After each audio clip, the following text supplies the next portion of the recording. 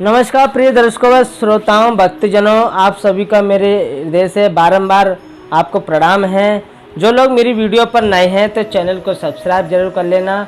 और मैं आपको एक ऐसी बात बताने वाला हूँ। मैं क्या बताने वाला हूँ, जो लिखा है वही मैं आपको बता रहा हूँ। जो गीता जो है, गीते में 10वें अध्याय के 4 पाठ में जो श्लोक है, उसमें जो प्रश्न बने हैं, श्लोकों के एक एक शब्द के जो प्रश्न बने हैं, उन प्रश्नों के बारे में मैं आपको बताना चाहता हूं। और उस प्रश्नों के जो उत्तर हैं मैं आपको वो देना चाहता हूं। आप इसे बड़े ध्यान से सुनिएगा। और जो लोग गीता पढ़ते हैं उनसे मेरा एक निवेदन है कि अगर मेरे शब्द अगर आपको समझ में ना आए तो गीता को खोलकर दोबारा से उन प्रश्नों को देखकर और समझ सकते हैं उन चीज़ों को। और जो लोग गीता नहीं पढ़ते हैं, वो लोग जो सुन रहे हैं इस गीता के जो अध्याय को जो सुन रहे हैं, उन प्रश्नों को सुन रहे हैं, अगर वो प्रश्न अगर समझ में नहीं आते हैं तो कमेंट में जो कुछ आपको अगर लिखना है वो लिख दीजिएगा। मैं आपको अगली वीडियो में उसके लिए जो उत्तर है वो उत्तर मैं आपको दूंगा। ठीक है, तो प्रश्न क्या है, सुख और दुख का क्या अर्थ है। जो सुख जो है वो क्या है, दुख क्या है। बहुत लोगों के मन में ये प्रश्न उठता है कि सुख होता क्या है और दुख होता क्या है। तो देखो, दुख और सुख क्या है, जो हमारी इच्छाओं पर निर्भर करता है। हमने अपनी इच्छाओं को जन्म दिया है, इच्छाओं को जो जन्म देते हैं उसमें सुख और दुख छिपा होता है। अच्छा, हमारी अगर कोई इच्छा प्रकट नहीं है तो हमारा कोई और सुख और दुख नहीं है। इच्छाओं से ही हमारा सुख और दुख का आभास होता है। ठीक है, तो अब सुख और दुख, जैसे हमारी इच्छा हुई कि कोई हमें प्रिय वस्तु चाहिए, वो हमें प्रिय वस्तु चाहिए, हमारी इच्छा ऐसी बनी कि हमें कोई वस्तु चाहिए, उस वस्तु को हमने प्राप्त किया तो हमें क्या मिला, सुख मिला। जैसे लोग पढ़ाई करते हैं तो तो अपने उसमें एक इच्छा रखते हैं कि मैं एक इंजीनियर बनना चाहता हूँ, कि मैं एक डॉक्टर बनना चाहता हूँ, तो मैं वकील बनना चाहता हूँ। तो वो अपने इच्छा को रखते हुए वो उसमें अगर सफल हो जाते हैं, डॉक्टर बन भी जाते हैं, जो कुछ प्राप्त करना चाहते हैं पद को, वो पद जो मिल जाता है तो उन्हें वो सुख मिलता है। ठीक है, अच्छा, और दुख क्या है, अप्रिय वस्तु के वियोग होने वाले सब प्रकार के सुखों का वाचक यहाँ सुख है। फिर यहाँ पे संयोग होने वाले इस प्रकार वियोग के अप्रिय वियोग से, वियोग माने बिछुड़ना, जो अप्रिय है, जो प्रिय, जो माने अभी मैंने बताया आपको, तो जो वस्तु हमें प्रिय है तो वो हमें प्राप्त हो जाती है तो हमें सुख मिल जाता है, और जो प्रिय है उसका वियोग हो जाता है, वही दुख का कारण है। हमने पढ़ाई की, हमारी इच्छा थी कि हम इंजीनियर बने, लेकिन हम वहाँ तक नहीं पहुँच सके, हम इंजीनियर नहीं बन सके, तो हमें भारी दुख हुआ। ऐसे ही प्रत्येक मनुष्यों की जो इच्छाएं जो होती हैं, कोई कुछ करना चाहता है, कोई कुछ बनना चाहता है, तो वो पूर्ण न होने से वो दुख होता है, और जो पूर्ण होने से सुख होता है, और जो पूर्ण न होए तो वो दुख होता है। तो कहने का मतलब ये है कि आप अगर थोड़े में अगर समझ चुके हैं तो बेहतर है, क्योंकि थोड़े शब्दों में समझना ही ज्ञान की एक सबसे बड़ी कला है।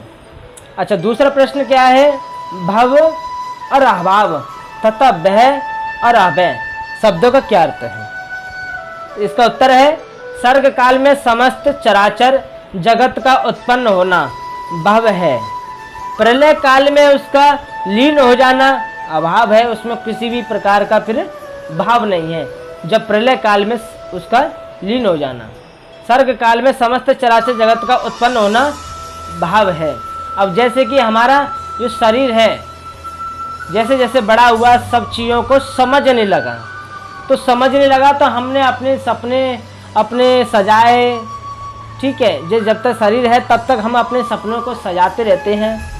तो ये क्या है, ये एक उत्पन्न होना भाव है जगत में, तो हम अपने भावों को प्रकट करते रहते हैं। प्रलय काल में उसका लीन हो जाना अभाव है। जैसे ही प्रलय काल में, प्रलय काल का मतलब क्या है? प्रलय यही है, ये शरीर जब इसमें जब मृत्यु आती है, जब मृत्यु आती है तो प्रलय होती है, सब कुछ नष्ट हो जाता है, जितने सपने थे सब धरे के धरे रह जाते हैं, फिर उसमें कोई हमारा भाव नहीं रहता है, वो अभाव हो जाता है। तो किसी भी प्रकार फिर प्रलय काल उसका लीन हो जाना अभाव है। अभाव के बारे में आपको मैंने बता दिया। किसी प्रकार की हानि या मृत्यु के कारण को देखकर अंत काल में उत्पन्न होने वाले भाव का नाम भय है। भय माने एक डर होता है। तो डर कैसे बना? किसी भी प्रकार की हानि। अब ये बात बहुत बड़ी हो सकती है, जैसे कि हम कोई व्यापार स्टार्ट करना चाहते हैं, व्यापार शुरू करना चाहते हैं, तो हम फायदा देखते हैं कि इसमें ये फायदा है, लेकिन फिर हमारे तरफ जब ध्यान जाता है हानि की तरफ, इसमें हानि कितनी है। जब हमें लाभ भी हो रहा है तो इसमें माने हानि कितनी है, तो हानि की तरफ ध्यान जाता है, तो फिर हमारे अंदर क्या होता है? एक भय उत्पन्न होता है कि कहीं ऐसा तो नहीं है कि हमारा बिजनेस कहीं फेल ना हो जाए, हम इतना दाम लगा दें उसके बाद फिर यही चीज़ हो जाए जो हम सोच रहे हैं। तो ये एक भय उत्पन्न होता है। ठीक है। सर्वत्र एक परमेश्वर को व्याप्त समझ लेने से, और यहाँ पे बात आ रही है भय से निर्भय, अभाव हो जाना वह अवय है। तो सर्वत्र एक परमेश्वर को व्याप्त समझ लेने से, यानी कि जब हम सारी चीज़ों को हम कर चुके होते हैं, अपने धर्म पर चलकर सबसे निवृत्त हो चुके हैं, अब हमारी एक अवस्था कैसी है? एक वृद्ध अवस्था है। तो वृद्ध अवस्था में क्या होता है कि फिर हमें थोड़ा थोड़ा आता है ये कि समझना चाहिए कि सब परमात्मा का ही रूप है, चर अचर सब परमात्मा का ही रूप है। तो परमात्मा का जो रूप है ऐसा समझ लेने से हमारे अंदर भय का नाश हो जाता है, अभाव हो जाना अभय है। अब मैं आपको अगले प्रश्न के बारे में बताने वाला हूँ। अगला प्रश्न है, अहिंसा, समता और तुष्टि की परिभाषा क्या है? किसी भी प्राणी को किसी भी समय किसी भी प्रकार से मन, वाणी और शरीर से जरा भी कष्ट न पहुंचाने के भाव को अहिंसा कहते हैं। ठीक है। मन के द्वारा, वाणी के द्वारा और शरीर से, कर्म से किसी भी द्वारा व्यक्ति को कष्ट न पहुंचाने को भाव को अहिंसा कहते हैं। और सुख और दुख, लाभ हानि, जय पराजय, निंदा स्तुति, मान अपमान, मित्र शत्रु, जितनी भी क्रियाएं, पदार्थ, घटनाएं आदि विषमता हेतु माने जाते हैं, उन सब में निरंतर राग द्वेष रहित समबुद्धि रहने के भाव को समता कहते हैं। समता कहते हैं। समता का मतलब मैं आपको बता चुका हूँ। हमें न सुख चाहिए न दुख चाहिए, ना हमारे अंदर सुख है न दुख है, ना हमें लाभ है ना हानि है, न जय है न पराजय है। कोई हमारी निंदा कर दे तो बढ़िया, कोई हमारा अपमान कर दे, सम्मान कर दे तो बढ़िया, हमें किसी से कोई मतलब नहीं है।